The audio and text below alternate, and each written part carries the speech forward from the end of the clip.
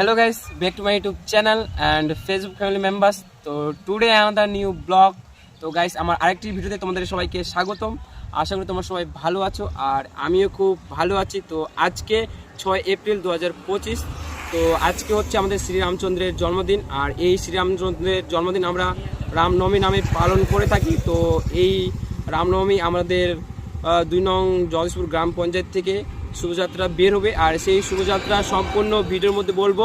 তো ভিডিওটি স্কিপ না করে সম্পূর্ণ দেখবে আর ভিডিওটি ভালো লাগলে চ্যানেলটিকে সাবস্ক্রাইব করে নোটিফিকেশন অল করে দিবে যাতে আমার নতুন নতুন ভিডিও তোমাদের কাছে আগে পৌঁছায়। আর বিশেষ করে তোমাদেরকে বলছি জগদীশপুর গ্রামবাসী ভিডিওটি অবশ্যই লাইক কমেন্ট শেয়ার করবে আর চ্যানেলটিকে সাবস্ক্রাইব করে থাকলে চ্যানেলটিকে সাবস্ক্রাইব করে দিবে। তো চলো দেখা হচ্ছে ভিডিওর মধ্যে।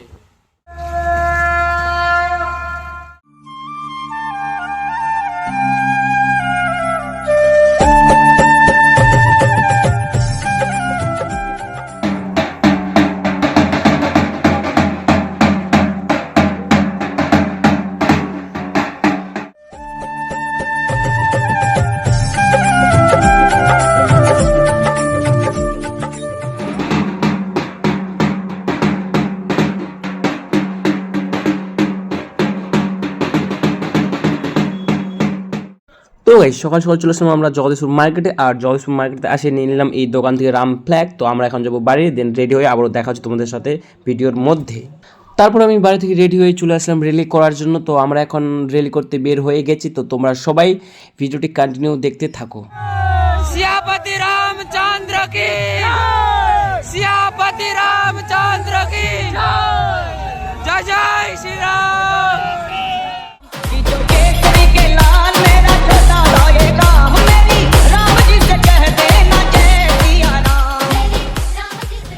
তো গাইস আমরা এখন চলে আসলাম মসলন্দপুর। তো মসলন্দপুর হয়ে পাওনাপাড়া হয়ে আমরা আবারও যাব আমাদের জগদীশপুরে। তো তোমরা ভিডিওটি শেষ অবধি দেখতে থাকো, খুব মজা খুব এনজয় হবে আর ভিডিওটি অবশ্যই লাইক কমেন্ট শেয়ার করবে। তো চলো দেখা হচ্ছে ভিডিওর মধ্যে।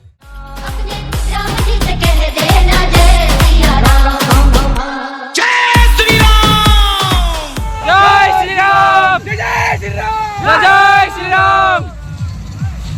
सियापति रामचंद्र की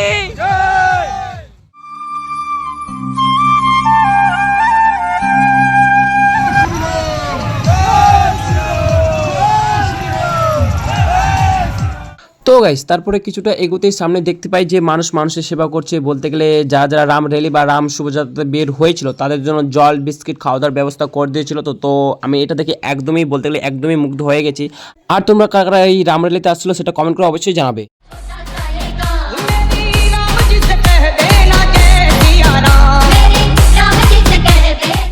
সো হয়ে গেছে আমরা রেলি শেষ করে আবারও চলে আসলাম আমাদের জগদীশপুরে আর এখানে সব রাম ভক্তদের জন্য খিচুড়ি প্রসাদ রান্না করা হয়েছিল। তো এখানে সব রাম ভক্তরা খিচুড়ি প্রসাদ খেয়ে নিল, দেন আমিও এখানে খেয়ে নিলাম।